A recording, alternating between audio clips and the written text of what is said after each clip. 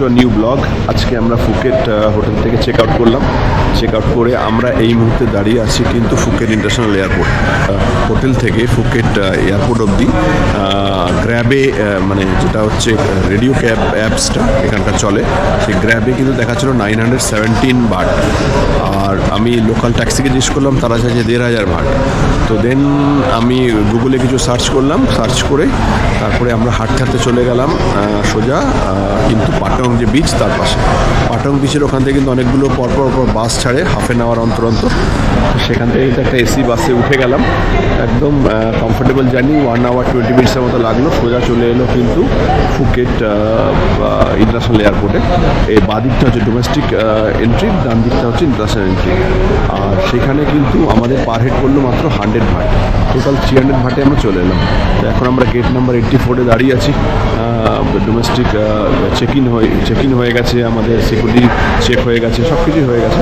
এখন just wait করছি ফ্লাইটের জন্য। হলে নামবো গিয়ে সোজা ইয়েতে ডনমুয়েং এয়ারপোর্টে। ডনমুয়েং এয়ারপোর্ট থেকে যেখানে আমরা যাবো সেটা হচ্ছে লে ফিনিক্স হোটেল সুকুম্বির একটু জাঁকজমক জায়গা, সেই জন্যই এটাকে চুজ করেছি। আর সুকুম্বিরের পাশে কিন্তু নানা বিটিএস স্টেশন আছে, কিন্তু আমি ইন্টারনেটে সার্চ করছিলাম যে ডনমুয়েং থেকে কীভাবে নানা বিটিএস স্টেশনে যদি ট্রেন ধরে যাওয়া যায়, কিন্তু সেটা এখন অবধি আমি খুঁজে পাইনি। সেখানে দেখাচ্ছে 1 আওয়ারের বেশি লাগবে, যেখানে কিন্তু আমি যেখানে ট্যাক্সি নিই 317 ভাটের মতো দেখাচ্ছে, সেটা কিন্তু অনেক তাড়াতাড়ি পৌঁছে যাবে। আজকে বিকেলবেলা কিন্তু একটা গ্র্যান্ড একটা গালা ইভিনিং আছে, সেটা হচ্ছে বুক করেছি হচ্ছে ছাওফা রিভার ক্রুজ। সেটার একটা সেপারেট ব্লগ হবে। তো আজকে জাস্ট এখান থেকে ফুকেট থেকে কীভাবে আমরা ডনমুয়েং এয়ারপোর্টে পৌঁছই সেটা দেখার জন্যই এই ব্লগটা করলাম, যাতে লোকেরা বুঝতে পারে যে ইন্টারনালি কীভাবে যাতায়াত করতে পারবে। আর এখানে কিন্তু আপনি বাসেও যেতে পারেন, মানে ডনমুয়েং আমি ফুকেট থেকে যদি আপনি ওভারনাইট বাস জার্নি করেন তাহলেও কিন্তু আপনি যেতে পারেন হচ্ছে ব্যাংকক। আর ব্যাংককে আর ফুকেটের মধ্যে কিন্তু সেক্ষেত্রে বাসের ক্ষেত্রে অনেক সময় লাগবে, 9-10 ঘন্টা সময় লাগবে, আর ফ্লাইটে মাত্র 1 ঘন্টা 10-20 মিনিট লাগবে। তো আমরা ট্যুরের প্রায় শেষ দিকে পৌঁছে গেছি, এখন শুধুমাত্র ব্যাংককের ট্যুরটাই বাকি আছে। ব্যাংককের আজকে বিকেলে আছে ছাওফা রিভার ক্রুজ, আর কালকে আছে সকালবেলা সাফারি ওয়ার্ল্ড, যেটা আজকে দেখা বলে আমি এক্সাইটেড, যেটার জন্য ট্যুর প্ল্যানটা করেছিলাম। তো এই হচ্ছে মোটামুটি ট্যুর। আর পরশু দিনটা সকালবেলাটা ফাঁকা রেখেছি, সেটা হয়তো ওয়াটফাউতে যেতে পারি, মন্দিরে বা অন্য কোথাও যেতে পারি, বেস্ট অন আওয়ার উইশ। কিন্তু সকালবেলা 10টা-11টার মধ্যে হোটেল চেক আউট করে দে, লাগেজটা ওদের কাছে জমা রেখে তবে যাবো। এই হচ্ছে মোটামুটি প্ল্যান। তো এই অনুযায়ী চলি, দেখি। এই হচ্ছে এয়ারপোর্টটা, একটু দেখাই। এয়ারপোর্টে খাবারের দাম কিন্তু যথেষ্টই বেশি। জানি না এয়ারপোর্টে আসলে খাবারের দাম সবসময় বেড়ে যায়। অফকোর্স মানে কস্ট বেড়ে যায় হয়তো শপের, রেন্টেড এক্সেট্রা, সেই জন্য কিছু খাওয়ার উপায় নেই, জাস্ট ওয়েট করা ছাড়া কিছু করারও নেই।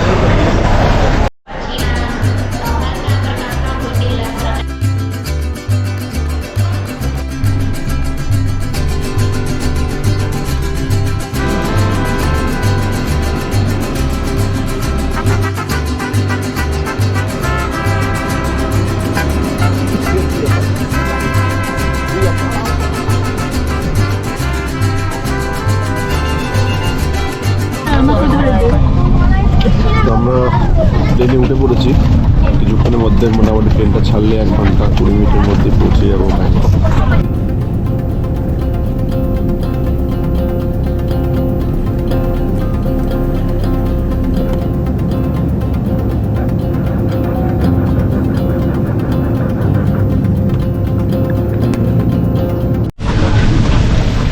তো আমরা এসে গেছি ডনমুয়েং এয়ারপোর্টে। প্লেনটা আজকে প্রচণ্ড মানে খুব বেশি আপ ডাউন করেছে। আমার কানে কোনোদিন ব্যথা হয় না ফ্লাইটে, আজকে প্রচণ্ড ব্যথা হচ্ছে ফার্স্ট টাইম। এই হচ্ছে এয়ারপোর্টটা, এখন এদিকে যাব।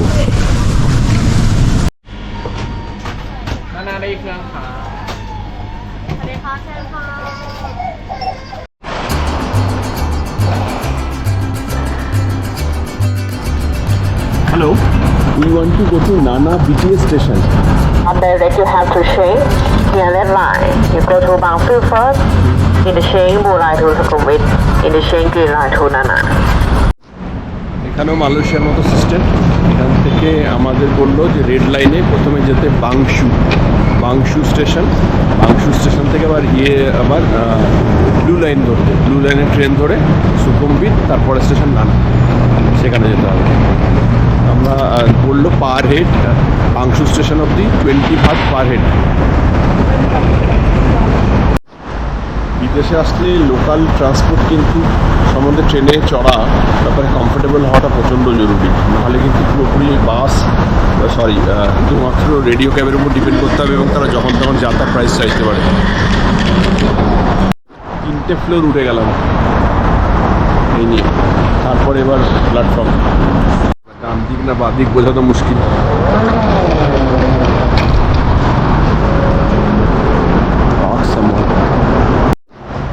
এই হচ্ছে প্ল্যাটফর্ম 3তে বললো বাংশু স্টেশন।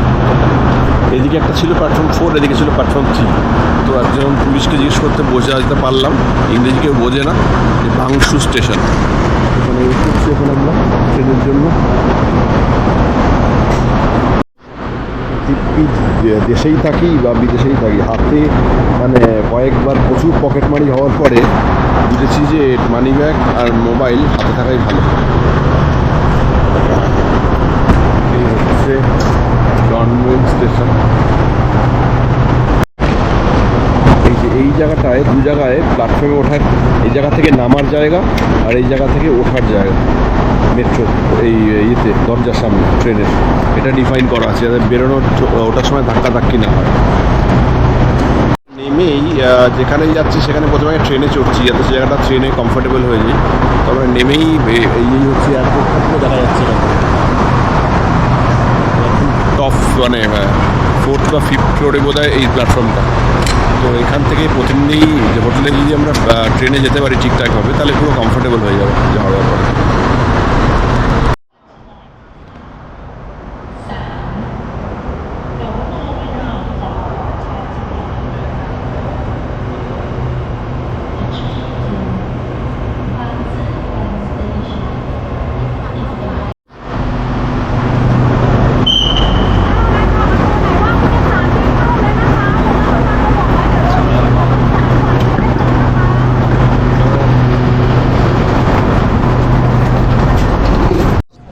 এক্স্যাক্টলি যেখানটা মার্কিং করা ছিল ঠিক এই জায়গাটাই ট্রেনটার দরজাটা কী করে সম্ভব হলো জানি না। উঠলাম, এখন ট্রেন চলা শুরু করে দিচ্ছে।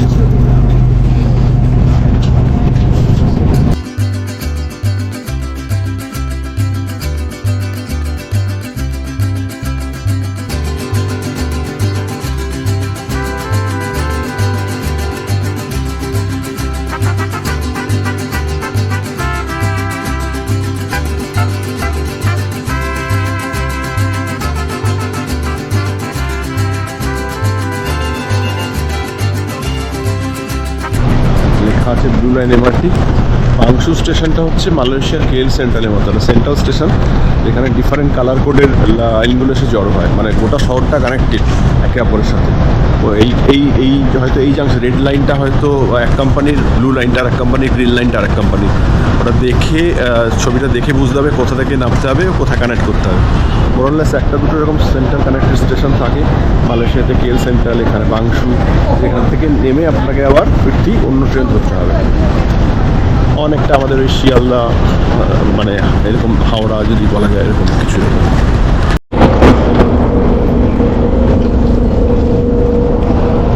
ডাউন স্টেশনে নেমে যেতে বলছে। বিটিএস মানে নানা বিটিএস আগে জানতাম স্টেশনটার নাম, হোটেলের পাশে। বিটিএস মানে ব্লু লাইন স্টেশন, তো এই বিটিএস লাইন হচ্ছে নিচে। আমরা এখন পৌঁছে গেছি ব্লু লাইন স্টেশন টিকিট কাউন্টারে।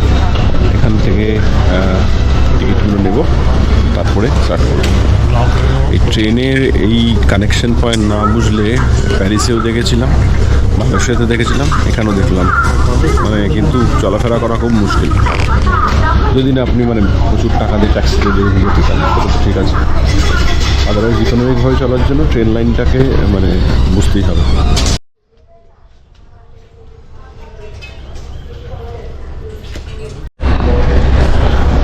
এবার যাচ্ছি আমরা সুকুমবিটে নামতে হবে। নানা বিটিএস বলছে আবার সুকুমবিট থেকে আর একটা ট্রেন ধরে নানা বিটিএস পরে স্টেশনটা, ডিরেক্ট কানেক্টিভিটি নেই। দেখা যাক কী হয়।